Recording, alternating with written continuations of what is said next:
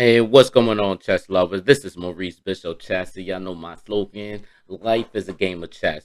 All right, guys, I have a beautiful game that I want to share with y'all with the Elshad system game. But also, guys, I want to share with you a new technique that I just found out on the spot of playing this strong 2408 player. I definitely want to get into it, guys. It looked like he was trying to play the Vienna game, but I'm about to just show y'all the game. All right. I'm gonna go to the analysis board, guys, so we can actually do some stuff here. My opponent plays e4. I play c6, knight c3, and again, guys, usually when they play knight c3, it looks like they're trying to play the Vienna game. But in this case, guys, I play queen a5. He plays knight f3, and then, guys, I go g5. For all y'all that don't know, this is my favorite setup. I love going g5, guys, because of course I would love to go g4 and then h5, h4, and then bring my queen over to queen h5. And that's usually when white decides to castle kingside. And this is stuff that I just love, guys, where I can really, if my queen is on h5, I can develop the double artillery with the queen and rook on the h file. So this is stuff that I like. But my opponent develops his piece. He actually goes bishop c4. Look like he's trying to get aggressive and everything, but and normally, guys, I will go h5, but in this sense, guys, because I'm so used to opponents playing h3 and everything, so it kind of was like, okay, so what the heck is he doing? Um, so what I did, guys, the move that I played, I just played g4. And the reason why I played g4, guys, because I didn't have to worry about him going knight e5 because obviously my queen is here. I didn't have to worry about him going g5 because again, my queen is controlling this whole row right here. So I didn't have to worry about none of that. And then also, guys, if he decides to go back to knight g1, as y'all can see, this is like the last move suggestion or whatever, then I could just go h5. And it's almost like the knight f3 was pretty much a waste of move. He pretty much just lost the whole tempo. But of course, my opponent plays knight h4, and then, guys, I go knight f6. Normally, when I play the L shot, I love to go bishop d7, and then d6, and then knight b to d7, and then hopefully knight f8. But in this type of position, guys, because the knight is already on h4, bishop g7 is not the type of move that I would want to play due to the knight f5 move. But also, guys, I'm also looking at queen capture g4, which he just pretty much wins a pawn. And this is not the position that I want for myself. Um, so by him going knight h4, guys, I just go knight f6. I know the engine was saying like d5 and going b5, and which that's not a bad move as well. Um, it's funny because it does say the second move, but that's literally what I played, guys. I go knight f6. Another reason why I go knight f6, guys, is because you never know. He may play something like d4, but if he goes d4, I have knight captures e4, which is something that I want anyway. Because that's typically a normal mistake that a lot of opponents would play. All right, but that's not what was played. My opponent played knight f5, and I think this was a mistake on his part, due to the fact that, guys, normally I don't do d5 when it comes to the Elshad system, but because I understood like basic tactics and everything, guys, I decided to play d5. Um, and d5, guys, this could really fluster a lot of opponents with this move, this d5 move. Obviously, guys, my opponent played d captures or e captures d5, and guys, he just pretty much dropped this knight on f5, right? So the move that he should have played was bishop b3 at least. If he would have played bishop uh, b3, then maybe, guys, or not maybe, but he definitely would have an opportunity to save his knight on f5. Now, I know the engine says like e5, play stuff like e5 and things like that, but I feel as though if I play e5, even though the L shot system, they do have variations where e5 is played and everything. Um, but I kind of almost, I kind of almost like e6, but I think e5 in this position, instead of trying to force the heart of the Elshad, e5 probably would be the best move to play, because then I could maybe hit d4 at most and things like that. But I feel as though d5 was definitely the best move to play, in which again, guys, my opponent did blunder.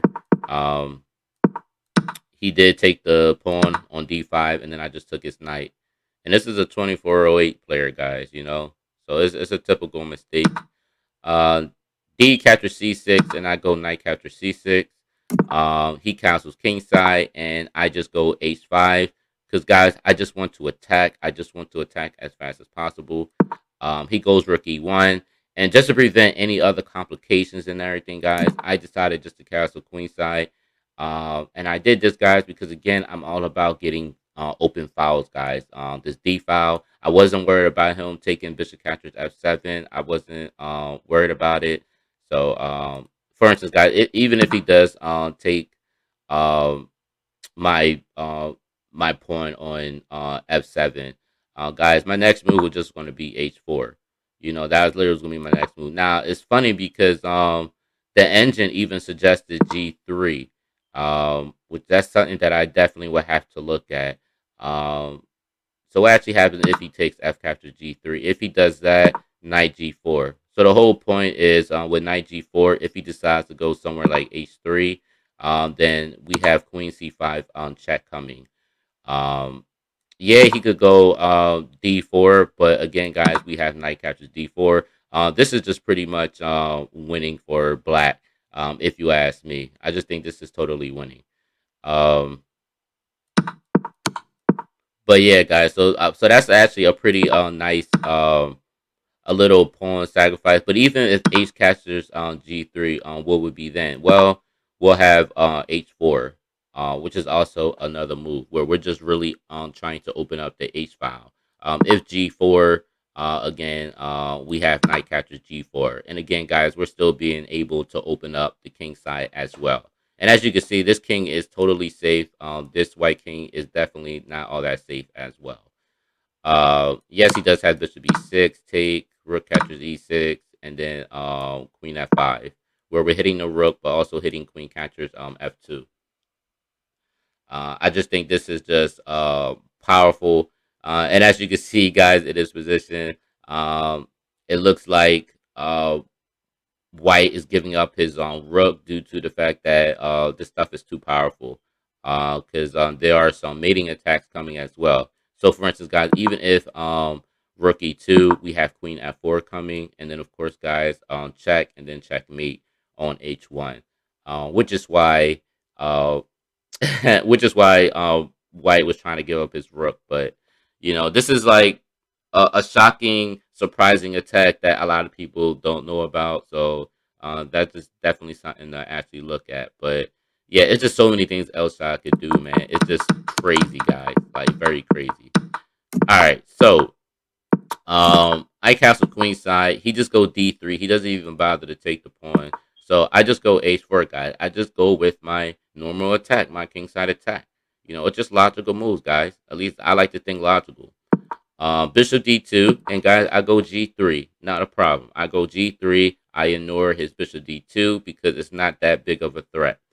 Um, he goes queen f3, where he's actually attacking my light square bishop on f5.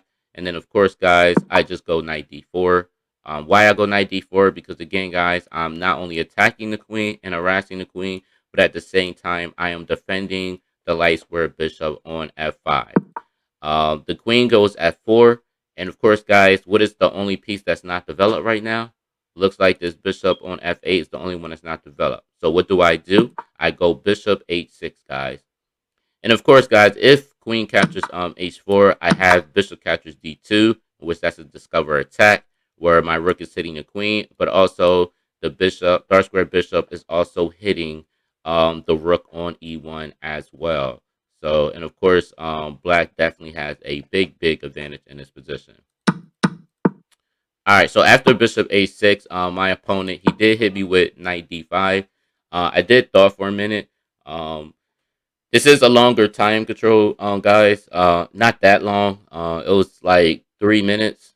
I think like 3 minute blitz, guys. So it's definitely wasn't that long, but it's long enough. It's definitely way better than bullet. So you get time to really think. Um, but after knight d5, guys, I felt as though I was forced to trade the queens off due to the fact that if I move this queen anywhere else, he is threatening checkmate on c7. So, and that's not something that I wanted. So I figured I had to think of something quick. So the move that I played was rook captures d5, and that's pretty much what I played. So after rook captures d5, I'm still hitting his queen on f4, and yeah, so he can't take the rook yet. I really did thought, guys, that he was going to take the bishop on a6, in which logically, guys, I know the engine is saying this is the number one move, but in my opinion, guys, in the way that I think, I felt as though that he probably should have took the bishop on a6, because by him keeping the dark square bishop on the board, it does going to create some dark square weaknesses in his camp. You know, I just think this was way better. Queen catches a6. Yes, I would still go g catches h2 check, and if he takes, um, I mean, I could technically just go rook catchers a6 as well, and then he's pretty much going to be forced to take, and then I have to go rook catchers a5. There is another alternative where, guys, even if he does go queen catchers a6, there is a queen d8 move that I potentially could do as well, which I think this would still be pretty good for me as well.